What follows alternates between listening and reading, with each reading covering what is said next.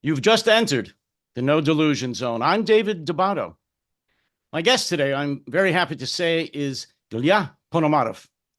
Ilya is a former member of the Russian Duma from 2006 or 2007 to 2016, where he unfortunately had to leave Russia. As a reward for his many years of service in 2015, he was charged with embezzlement. After that, he was impeached for failing to do his duty. So he left, went to Ukraine, where he currently lives, and in 2019, he became a Ukrainian citizen. Since then, he's been very actively involved in the resistance to the illegal Russian invasion of Ukraine, fighting with the Free Russian Legion, and more recently with the Congress of People's Deputies. And he may correct me if I'm wrong, but this is essentially made up of former Russian officials who have become part of the opposition and are now living in exile, not just in Ukraine but throughout Europe. And he is one of the leaders of that movement. And as such, one of the very leaders of the Russian opposition. I can tell you that he is not usually on the list of guests to any cocktail parties hosted by Putin at the Kremlin. And I think he's probably very proud of that. So without further ado, I'd like to introduce again Ilya to the No Delusion Zone. Thanks for being here today. Thanks for having me, David. Yes, no problem. And I mentioned a few things that happened to you, and of course, I made light of it. It's not funny at all. I just also wanted to mention that you were the only member of the Duma at the time who voted against the gay propaganda law that went into effect in the beginning of the 2000s under Putin. And you were also the only member of the Duma who voted against or no to the illegal Russian invasion and occupation of Crimea. And I just personally, I salute you for that, for standing alone. I know that must not have been very easy. Can you tell us just a little about those two votes and how it was for you in Russia after you cast those votes? Oh yeah, it was several times when I was the only person to vote against something in the parliament. But yes, what you said, I'm particularly proud about. Effectively, it started in 2012 when there were several oppressive laws against freedom of assembly on the streets of Russia, so that there would be no more rallies against Vladimir Putin. In general, I am in the opposition politics since 2003, and my first term in the parliament since 2007, I was more involved in technology modernization, economy modernization stuff, and I was chairing the subcommittee that was responsible for venture capital, for investments in Russia, for cooperation with the West, and that's how we spearheaded the what was called now Russian Silicon Valley project called Skolkovo. And arranged meetings between Medvedev and Obama on that matter, was organizing his visits to Silicon Valley, Steve Jobs, Jack Dorsey, all this kind of guys. But unfortunately, this all ended when Putin decided to come back into Kremlin in 2011. And that's when the massive protests in Russia erupted, and that's when I started participating in these activities, became one of the key organizers of those activities. And that's actually led me to the accusations of embezzlement and the impeachment that you have mentioned. Just all this nonsense, that's how Putin retaliates with his political opponents. During that time, did you feel that your life and safety was in danger? Because, as you know, many Russian officials have a very unfortunate habit of trying to fly out of high windows. Did any of that happen with you? Any threats, things like that? Well, this real danger started after the war with Ukraine started. I am talking not 2022, but 2014. So when there were real hostilities, then that was real danger coming. So there were some very unfortunate tragedies with some of my friends, like Alexander Litvinenko, for example, or Anna Politkovskaya or Yuri Shikachyhin, people whom I knew well when I was still in Russia. But that was usually when there was particular interests of Vladimir Putin and his inner circle offended. So it was always like personal revenge. It was not a systemic political activities. What became systemic, it was after 2014, and when Boris Nemtsov, for example, was assassinated in Moscow February 2015. And there were other events. I was first time approached by an assassin in 2016 when I was in Ukraine, in Kiev. That was like the first attempt, but it was not very serious, I would say, because I identified the danger and managed to evade. Nemtsov, if I remember correctly, that was the incident on the bridge near the Kremlin, wasn't it? Well, yeah, that's correct. Right in front of Kremlin. He was shot and killed on the bridge. Yeah, and then they pretend that this bridge is a special security zone. Yeah, yeah. It's like I actually, I've been in Russia many times, in Moscow, and I actually went to that bridge, and yeah, it's in a security zone, so it was quite ironic. Yeah, it would be like that somebody would shoot somebody right in front of the White House. It's the same thing. Like all the cameras around, but at that night they pretended that no cameras were working. Actually, it's very ironic. It's one of my friends. He had an IT company, and this IT company was creating picture for one of Russian TV stations, and that was the only camera that was actually filming what was going on at the bridge. So they used it as a background for TV shows. And it was a high resolution camera. The security services, they didn't know that the camera existed, and that's the only way how they managed to then identify what was going on, how the public actually learned what was going on. I believe that they were planning to hide even that. Are you suggesting that the Kremlin and the Russian government doesn't always tell the Russian people the truth? No, not the other way around. I know you wouldn't say that. That's too hard to believe.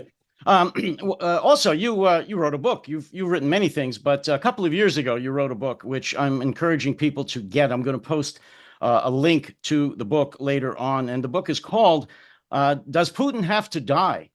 How Russia Becomes a Democracy After Losing to Ukraine." It's published by Sky Horse Publishing, and if I may, I'd like to read just a very brief excerpt from the book, from the start of the book, actually, and to me, it's very telling, and it goes like this. Just mention that the foreword to the book is written by Vladimir Putin himself. Yes, I will. Yeah, that's absolutely true. This is from a speech he gave in right after 9/11 in Germany. About how he's so saddened by this attack on democracy, and how he's going to make sure that he helps democracies remain strong, and how he's for Russia becoming a democracy, and a lot of other very interesting statements. And yes, it's in the foreword to your book. So again, I encourage people to get it. And part of the foreword in the beginning of the book, you say, "This book contains a third vision held by myself and my comrades," and you're talking about post-Putin Russia.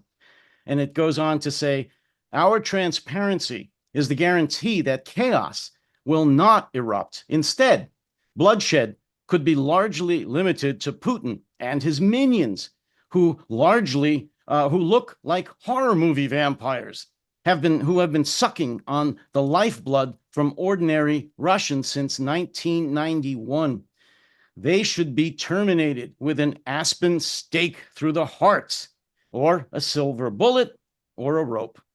And I just found that incredibly telling. I think that would be a very good ending. Did I actually say that? Well, the book says that. So good for me. No, I fully agree. Yes. I actually have an aspen stake, so if they're ever in need of one, I don't have a silver bullet, but I've got a rope. I have some in stock. It's no problem. Yes.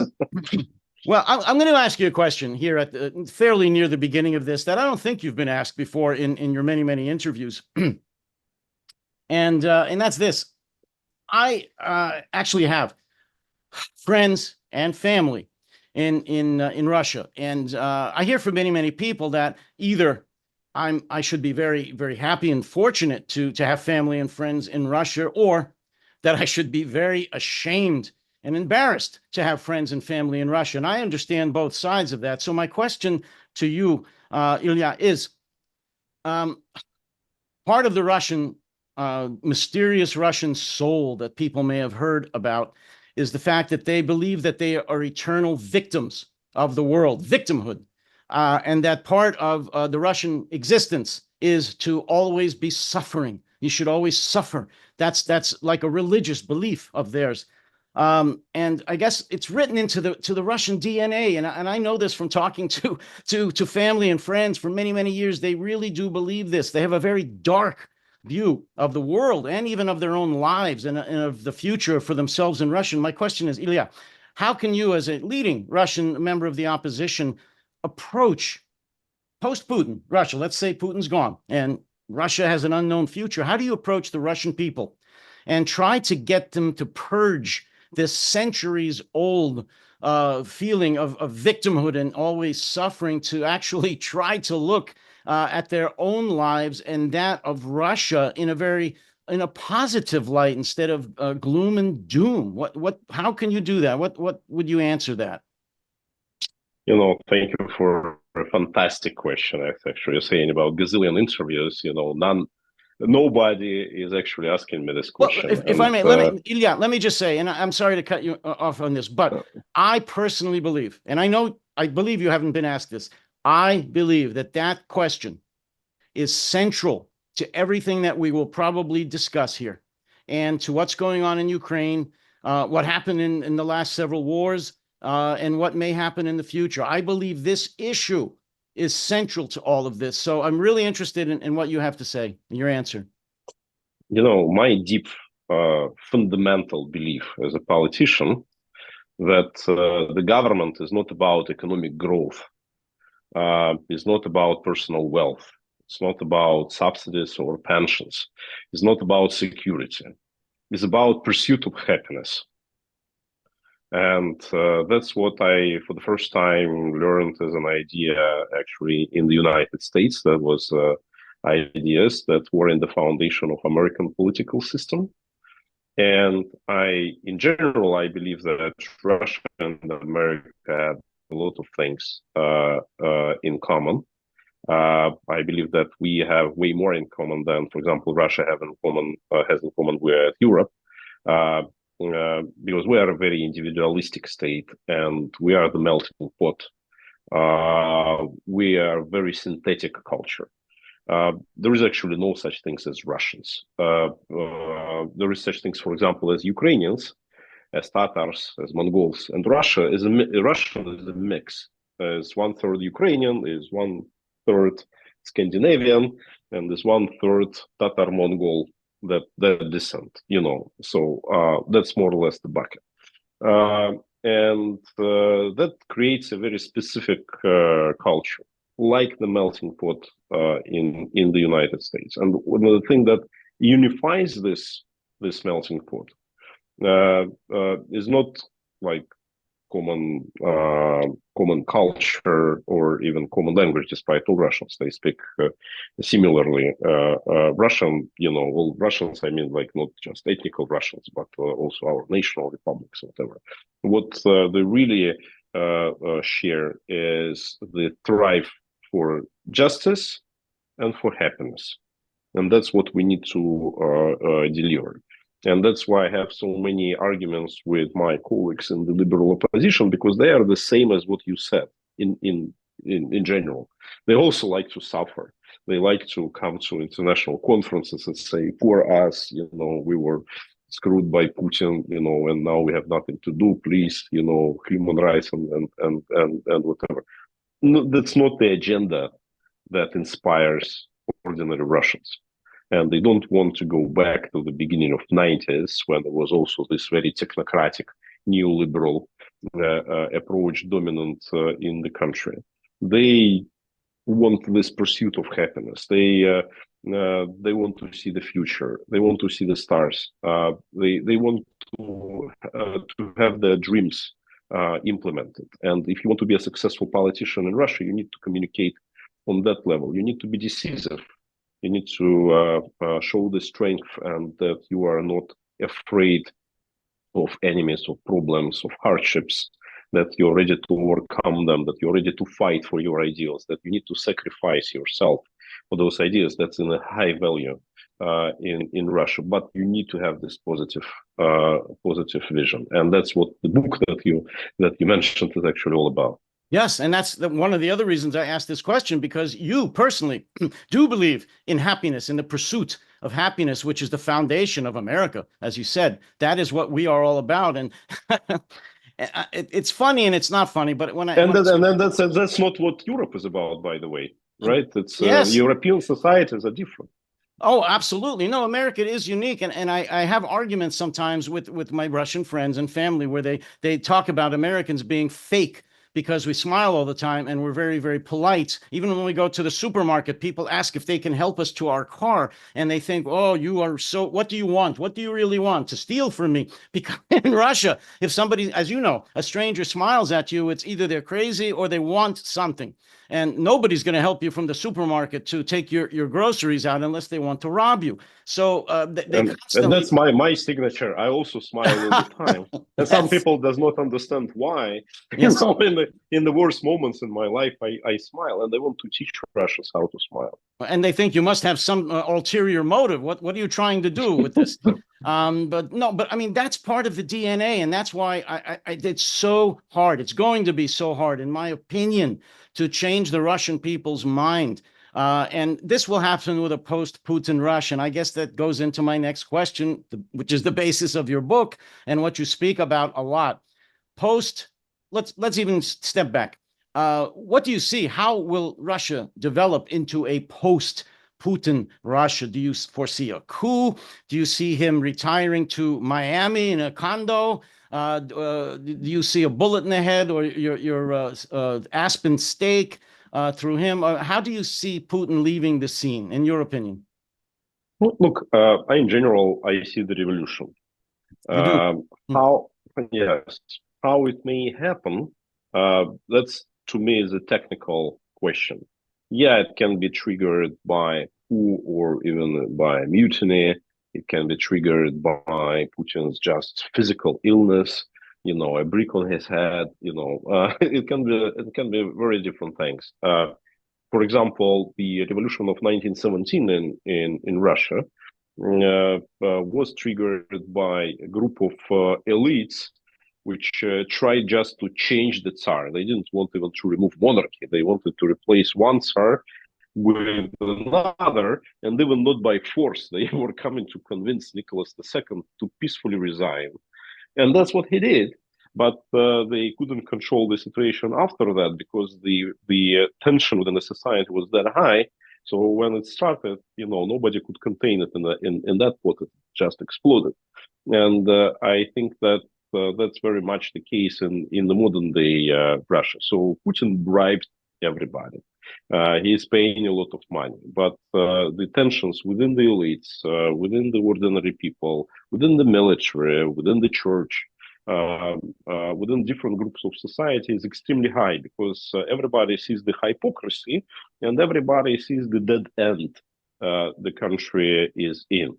So we are talking about re-establishing the Russian statehood. That's why the proposal of Congress of People's Deputies is that actually that the new state would not be called Russian Federation anymore. It would be Russian Republic. Not that we don't want to be the Federation, vice versa, actually. We want to decentralize the country more. Again, we are very much looking at the example of the United States, and we want that the Russian regions would be as independent as the states within the United States. And maybe in some cases even more, so to give them all the rights. But we don't want to stress it in the name of the country. We want to stress that it is a republic, that it is a democracy, that it's not longer a monarchy, that there would be no one person which is at the helm and which consolidates the power, impersonificates the power within within himself. So I believe that the presidency would be removed altogether with Putin, and whether it would be done in a peaceful way or a violent way or just a natural way because of his age, that's secondary. Well, many think tanks here and abroad, Europe, think that Putin, even though he has many enemies, is in such a solid position because everyone owes him something, their job, their money, their status. But correct me if you think I'm wrong. I see some similarities between now and 1917 in the fact that Russia at the time was involved in a losing war. The military was doing terrible. And as you said, the elites just wanted to change the situation. They didn't necessarily want to do away with the Tsar, but the military was certainly in a very bad situation. And I see some parallels to that now. And then when the ball got rolling, because of the mass discontent, it exploded. Tell me if you think the same level of discontent is simmering right now with the Russian people, or has the propaganda and the grip on the media pretty much held that down and tamped that down, that there's really no real dissatisfaction like there was in 1917? Well, look, all the parallels in general, they're pretty risky. Historical parallels, I mean. We can draw some with 1917. We can draw some with Nazi Germany of 1945. We can find another examples in world history and in Russian history in particular to explain certain social processes. But in general, I would say that the most actually accurate comparison, historical comparison, is the comparison between modern-day Russia and France of Louis Napoleon III in the 19th century, when there was this term Bonapartism. Which was very similar because so the leader, which came through a democratic process, which then monopolized the power. In theory, there were elections, but on those elections, 60% is always with the ruling party because of the electoral fraud. The media theoretically exists, but it's very centrally controlled, and it's a union between the state bureaucracy, power, elites, and the large businesses, oligarchy, as we would say in modern day Russia. So it's very much like it was in France. There were many books written about it, and that regime ended with the military failure when France engaged into the war with Prussia, and everybody was thinking that France is going to win, but it lost miserably.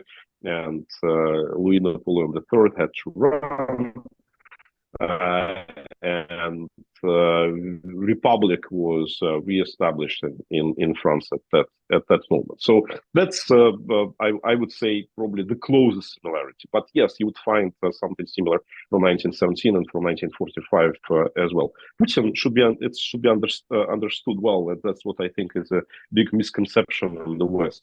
Is not a king, he's not an emperor, he's not a dictator, he's rather a spider who is sitting in the middle of the web and is pulling the strings, controlling all the aspects of the society and of the elites with bribes, with minor incentives, with the manipulation, with the state-controlled media, with all these kind of tools. And this situation is very much unstable, because everybody knows that if spider dies, the whole web dies. And he's actually explaining this to all his inner circle, that they have to be interested in his eternal life. But everybody understands that nobody is eternal, everybody is mortal. And so this thing is going to end, and everybody feels unsafe how it's going to end. And the only stabilizing force could be the outside influence and outside legitimacy. And this conflict that Russia has right now with all of the world is not good. Nobody wants to be dependent on China. It's this country, this culture in Russia is felt totally alien. Russians, they feel themselves as being part of like European, Euro-Atlantic society, Judaic Christian descent, Renaissance, this kind of things, but not Chinese, not Indian, not African. And that's what makes internal contradictions very high. And that's why many people look for an escape from this thing, but they don't see an alternative. Right now, they see a lot of pressure that is coming on Russia because of what Russia has done. But they don't see the way out. And I think that's the trigger point. As soon as we will show them the way out, the whole system will just implode. Are the elites then just getting along to go along? Because for them, as long as Putin is there, they're fine. Is there any spark that's going to set them off other than Putin dying or a massive and total victory by Ukraine? Are they in a waiting game? What's the situation with the elites, the oligarchs, the people in the spider's web? What's their feelings? No, right now they have two basic understandings. One thing is that there is no way out, that nobody wants them, that they cannot make a deal with no one, neither with Ukraine, nor with the United States, nor with NATO, the European Union. They see the pressure. And this pretty amorphic society solidified a lot because of this universal pressure. So we are actually, with our own hands, we are turning graphite into a dime. And that's bad, that's a mistake on our behalf. The pressure should not be uniform. It should be asymmetrical. You need to give people an escape, and then they would start to split, to fragment, because there would be a competition who would first get to this escape pod. And that's important. Then people would start to suspect each other, fight with each other. Write nasty letters about each other to security services. That's what obviously happened, but right now it's not happening. And the second thing is that they particularly themselves, they don't see danger. So they understand that, okay, so Putin has initiated this war, and it's very much personified in his figure and in the figure of the inner circle. So there are Shoigu, there is Lavrov, there are several others, but say business elites, they don't feel like it relates to them because they have no say, and that's true. They have no say. They are paying for this. They are the system. They sponsoring the system. They elect members of the ruling party. They finance them. They give money at Putin's request for different projects that he wants them to spend money with. But they themselves have no say. And because they have no say, they say, okay, so it's not our war. We are just sitting in our mansions. Right now we cannot travel to France, to Côte d'Azur, but okay, we'll travel to Bali, in Indonesia, or we go to Dubai in Arab Emirates. But at one point in time, that was end because, we are not at fault, so we're sitting tight. And that's also wrong because we need to put more pressure on them, particularly, and create dangers for them. In particular, they need to understand that they cannot just sit down and wait. So the pressure is with their businesses and in general with unfavorable economic environment. But with the personalities, they have a lot of flexibility, and that's also quite bad. If I hadn't personally experienced the last 9 or 10 years of MAGA here, the cult of Trump, and the cult members within the Republican Party here who are pretty much guilty of doing the same things as the oligarchs are in Russia, which are supporting someone who really has no other goals than to enrich himself. I wouldn't have believed that the people, the oligarchs, the elites in Russia would support a war, which anyone could look at and see that it's destroying Russia, that this is not good, that in a very few years, if it continues like this, Russia essentially will be destroyed from the inside out and maybe even from the outside in. But again, having seen MAGA here sacrifice themselves and their families and American democracy almost, I can understand that. That's a lead into my next question, if I could, Ilya. what's your opinion on the sanctions right now? There's opinions all over the board in the West about whether they're working, they're not working, they're working a little, they're working a lot. What's your opinion on where we are at with the sanctions right now, specifically, I guess, with the elites, and then in general on the Russian war economy? No, David, first thing, and that's probably good news, that the sanctions are working. The bad news that they are not always working in the right direction. And sometimes we need to think better about how to apply those sanctions to get the results that we want to actually get. I'll give you an example. The idea of a ceiling for the oil prices.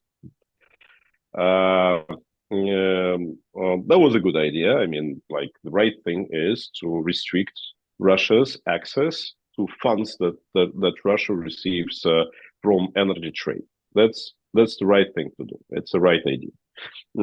At the same time, the way it was possible to structure this ceiling means that like good countries, countries outside this axis of evil, they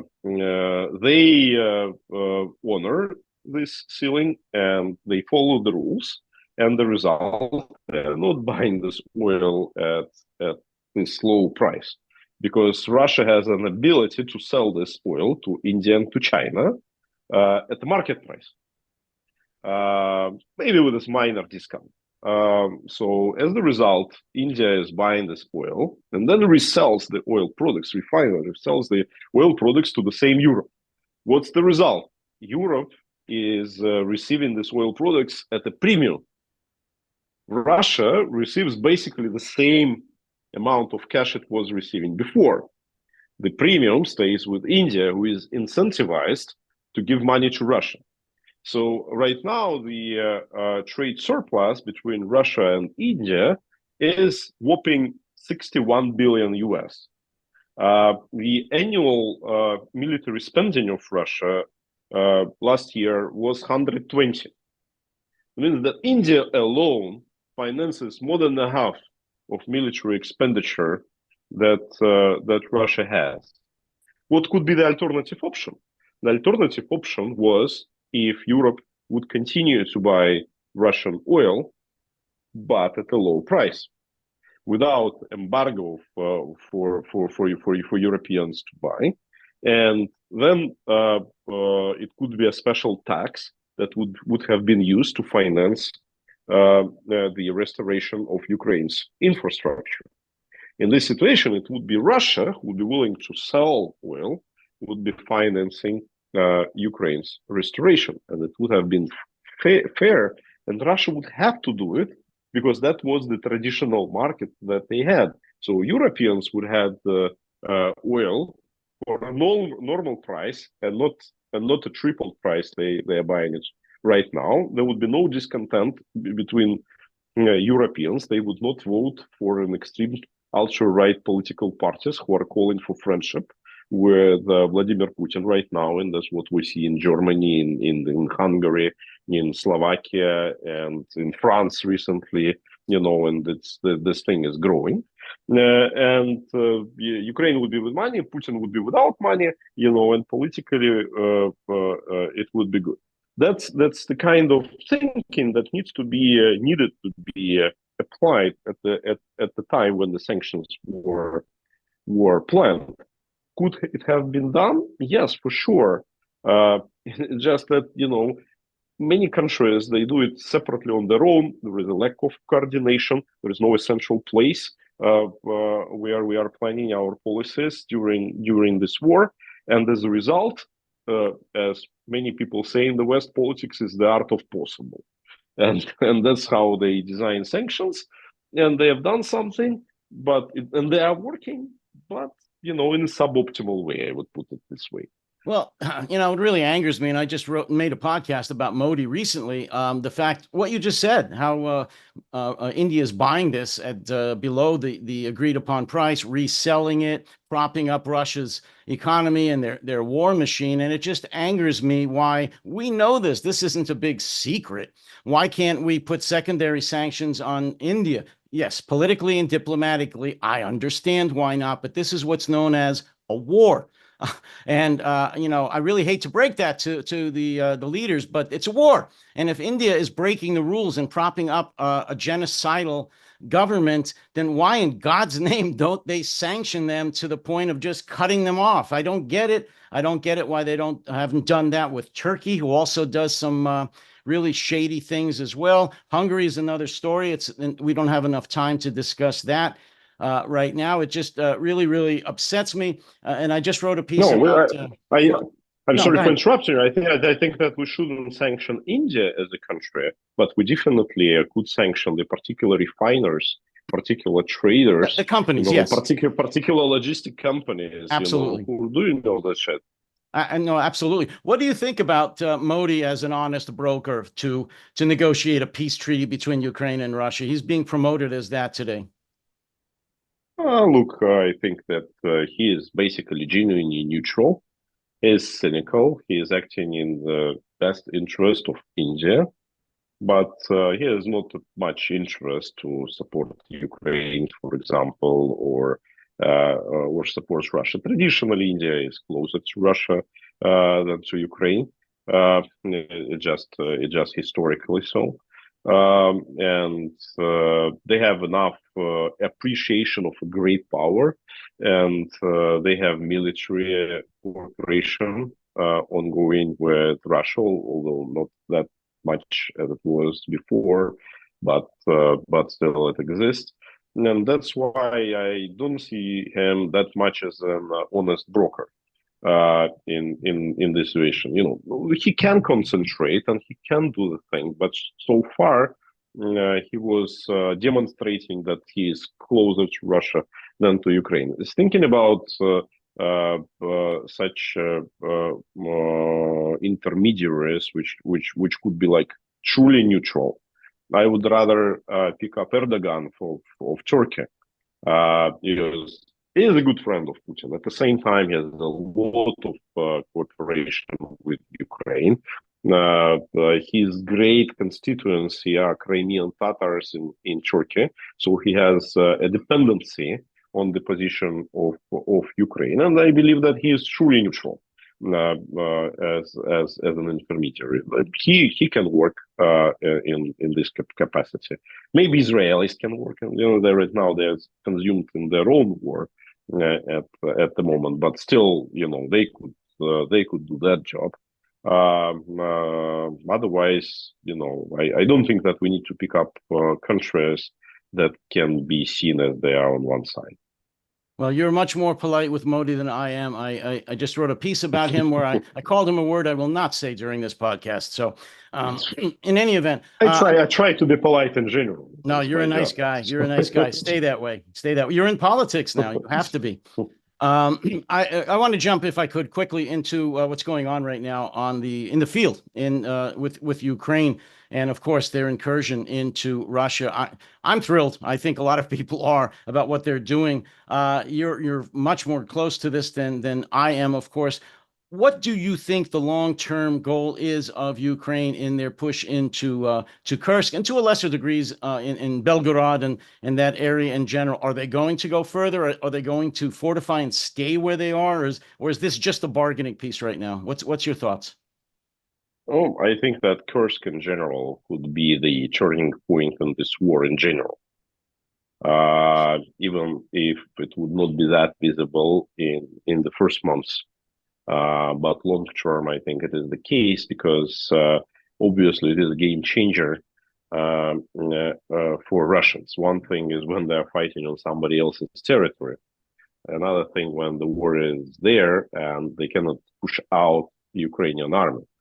To my mind, you were speaking about historical parallels to me, it's very much a parallel to the situation in Nazi Germany in 1943 when Brits destroyed Hamburg in airstrikes.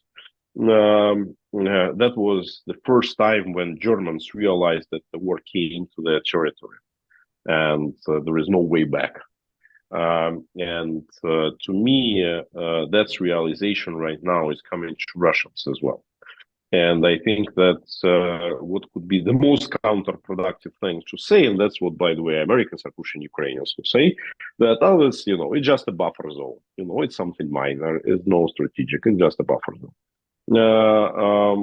Zelensky, in his rhetorics, is a bit flipping. So firstly, he said, yes, it is a buffer zone, then we are there to stay indefinitely. No, we do not want to impose Ukrainian way of thinking, Ukrainian lifestyle in Kursk region, but it's not an occupation, and we are not creating a new government there, but we are there to stay indefinitely. That's what he said.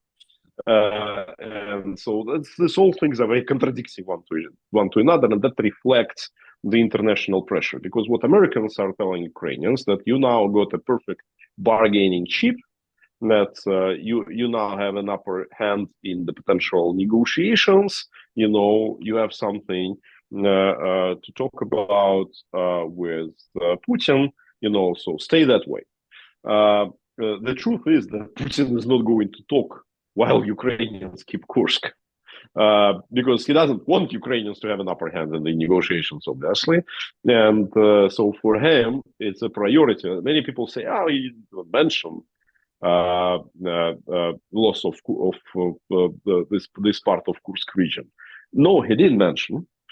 He just doesn't want to speak about this in public because that would expose how important it is for everyone. So he tries to play down the situation both internally and externally. But the number of troops in the region is growing. It's growing mainly with the draftees, not with the professional soldiers, and that's actually also very bad because the number of casualties within Russian army in Kursk is astounding, and they lost a lot of men as killed in action, but they lost a lot as POWs, and we are talking about thousands of POWs, and that's all are draftees because they're inexperienced and they're badly armed, and they're just being thrown there as a cannon fodder. And experienced Ukrainian forces are just taking them. That's what also Zelensky is saying, that we are building our exchange fund to get more Ukrainians out of Russian prisons. Well, you mentioned that the war has been brought home to Russia, and it really, really has. It's astounding to how this is a turning point, in my opinion, and many, many others. But I have to say, aside from the people directly affected in Kursk or Belgorod, unless the Russians people have VPNs, which most don't, I don't know what the percentage is, but most Russians still, as you know, especially over the age of 50, get their news and information from the Kremlin, from either Channel 1 or officially state-sanctioned platforms. They don't even know that the Ukrainian army is in this region. They are led to believe still today that this is, what do they say, saboteurs, that these are just small teams going in there and blowing things up, or traitors, Russian traitors who are going in there and blowing up buildings and creating havoc and so forth. So my question is, do the Russian people really know that the war has been brought home to Russian soil? No, they do. Yes, they do believe that Ukrainians destroy their houses and everything, but they know that the war is on their territory. And we actually shown on our media a lot of examples of this, that Russians start to say that the war started on August 6th, because that's when the war actually came to them. and that's what they are saying right now. And the very popular thing to hear is, okay, so Moscow, we have supported all your efforts, all your errands. We supported the war as you told us to do. You know, we helped our soldiers, we donated money. Now, why you cannot defend us? And that's exactly again why I'm drawing this parallel with Hamburg, that did not create sympathies with Brits, but that created a lot of hatred with Hitler. And that's the same thing what's happening right now in Russia. It's Moscow support which is going down. So they blame in particular Moscow. They blame also local authorities in Kursk quite seriously, because that was a question of evacuation, you know, and working with refugees. So the local authorities actually took a lot of blame for this. But in general, in these border regions, they tend to blame Moscow rather than local authorities, because they feel betrayed, and that's good. You know, at least it's already in their mind that you know, the war is here, and the rumors they are spreading across the neighboring regions firstly, you know, then with relatives, you know, they're spreading elsewhere. So that's the thing. You know, propaganda works when people like to believe it. You know, so when it's Ukrainians saying about certain things, you know, about Bucha, for example, yes, Russia saying we're not like this, we're not fascists, we couldn't create this massacre in Bucha. That's why we prefer to believe what we hear on the first channel of Russian TV, because this is more comfortable for them. So they like to believe in this. When it's about Kursk and about the inability of their own authorities to deliver, that's when they believe rumors and not the first channel of Russian TV. Well, it was really ironic and not funny to me, but when I saw many of the videos from the residents in Kursk after August 6th, and they were writing to the Tsar. I mean, literally, just like they used to, as you know, in the past, and anything happened, they would write to the Tsar to help them. So they were writing, Vladimir Vladimirovich, please, we're in trouble. They bombed our house. We need money. We have to evacuate. Please, Vladimir Vladimirovich. And Vladimir did nothing. He sent nothing. I think now he's giving them the equivalent of about $150 or $60 for their houses. And people take note of that. And people take note. Yes, of that, no, yes. I think you're right. No, I agree with you. I think the hate or the rage is building against Moscow, and it will take time. I mean, because as I said, this is a centuries long written in their DNA. It's not going to change overnight. But yes, I agree with you. Although I still, and that's why what we were saying to you Ukrainians all the time right now, we as Congress of People's Deputies, you know, say let's create an alternative authorities on the liberated territories, because let's show the difference.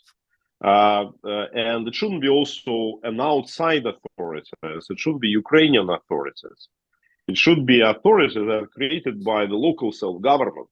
Give power to the people, you know, and help them to build their life. Yeah, it could be temporary, but they need to taste this power within themselves. They need to decide, you know, what would be about water, about electricity, about the roads, about the local security, you know, militia, you know, about solving humanitarian issues, you know. That's all has to be done locally, and our volunteer groups can do the security work for them, be acting as this local militia, local police, you know, to help them to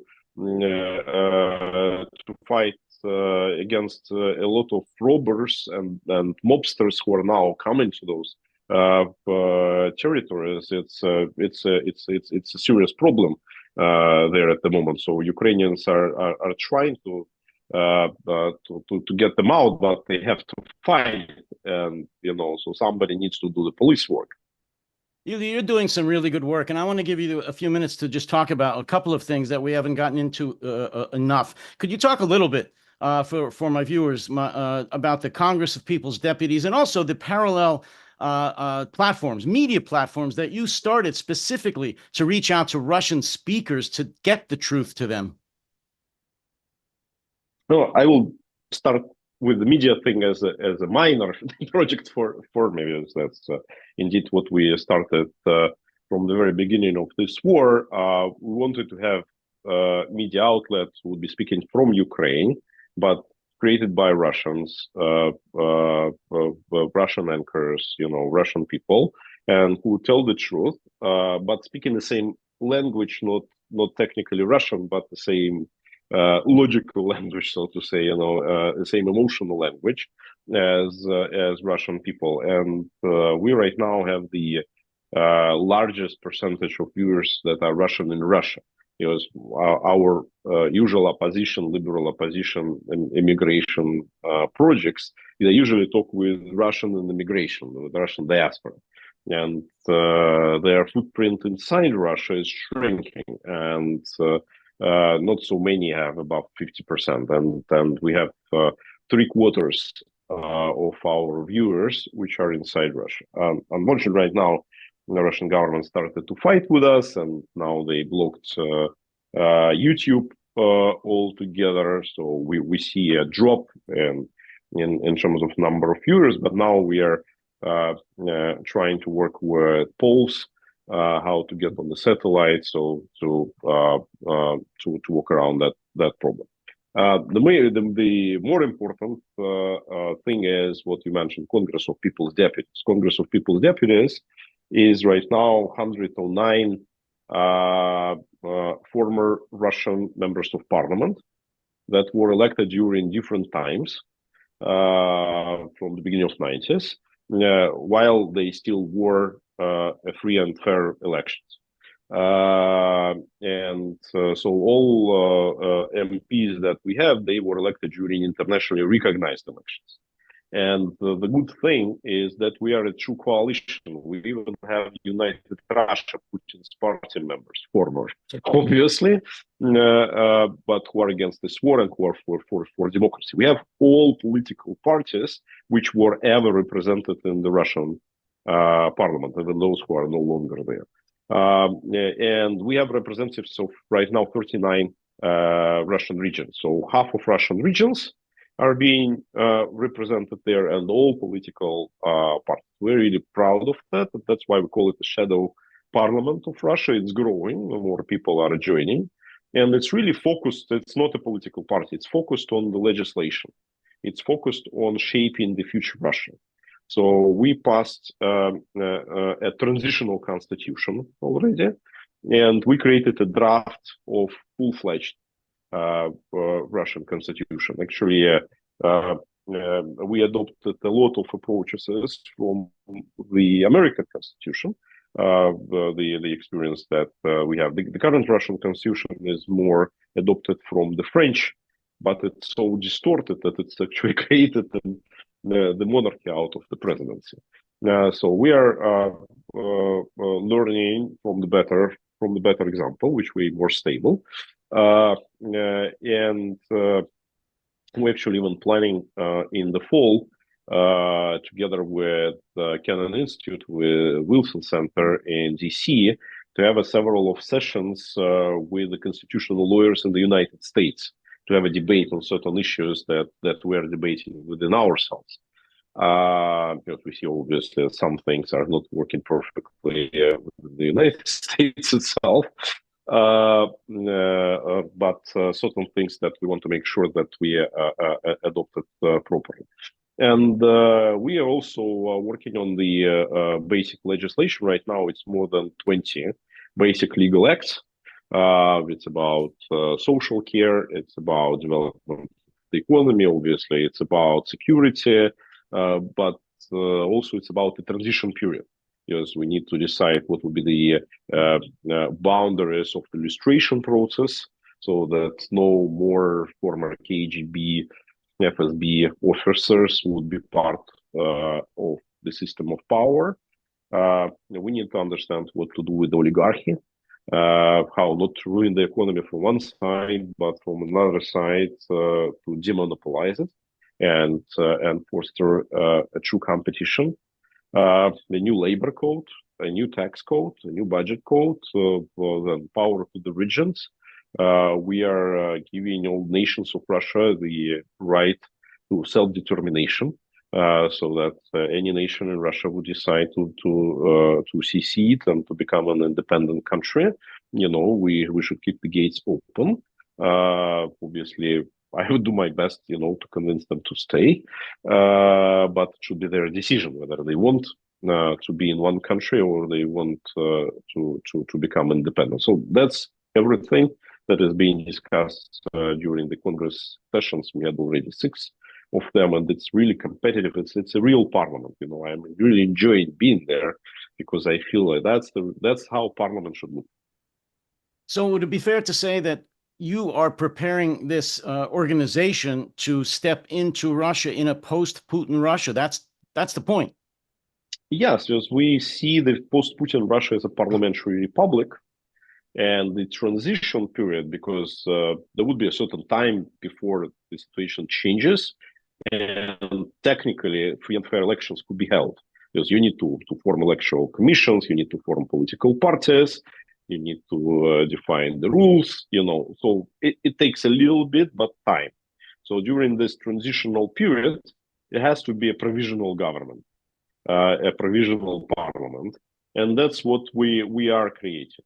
So we first want to run local elections in future Russia, because we need to engage people in politics. The politics should be local. It should start from below. It shouldn't be from the top, as it was with Yeltsin, and all these reforms. I think that was the fundamental mistake, which actually distorted the Russian system. So the politics should start from the local level.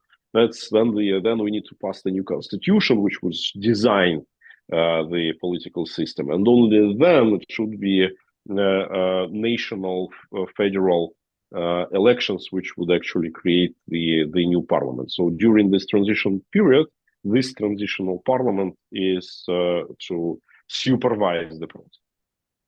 If any Russian, the diaspora people, Russian people, whether citizens or formerly born citizens of Russia living here or elsewhere, want to get involved with you, should they go on your website? Is there information for them to get involved? Yeah, absolutely. Firstly, the sessions of the parliament are absolutely open. I mean, not only deputies can be part of it. Anybody can come and make proposals and contribute and participate in the discussion. So they just couldn't vote. But to vote, you need to be an elected official, either a parliamentarian or a mayor. So you need to have a vote of confidence on yourself. But this number is growing at each session that we have. We usually get together once a quarter in Poland, in Warsaw. That turned out to be the place most convenient for everyone. But there is also online participation. So there is a website for the Congress, and obviously you can write to me personally and to other deputies. They are all known people. The last question for today, I would assume, correct me if I'm wrong, that members of the Congress of People's Deputies pretty much all have a arrest warrant around their head from the Kremlin. Is that true? Literally, yeah, they literally have. And when we started, approximately 1/3 of the Congress members, they were still in Russia, and 2/3 were outside. Then obviously we had a lot of security pressure. Still, there are some members of the Congress which are inside Russia, undercover. They participate in the Congress through secure communication, anonymized visually. But they're very brave people. We actually recommended everybody to leave the country because it's just safer. In general, I'm very much against the immigration. And I personally, I never emigrated consciously. I was denied re-entry to the country when I was on the business trip, which they have done obviously consciously because they knew that I would never voluntarily emigrate. But in this case, particularly with the Congress, because it's so dangerous, and for participating in the Congress, people face more than 10 years in prison. And they charge us with the attempt to overthrow power and with acts of terror and like with all the different nonsenses. Or obviously it doesn't matter, they just want us to stay out, but still we're growing. Ilya, that's all the time we have today. I really want to thank you for joining me today on the No Delusion Zone, and I will have you back in the near future if you'd agree to do so. I enjoyed this very much, so obviously I'm all yours, and thanks for having me here. Absolutely. Well, the very best with your stay in Washington, and future success with the Congress of People's Deputies in the future. Thank you very much, and take care of yourself. Thank you.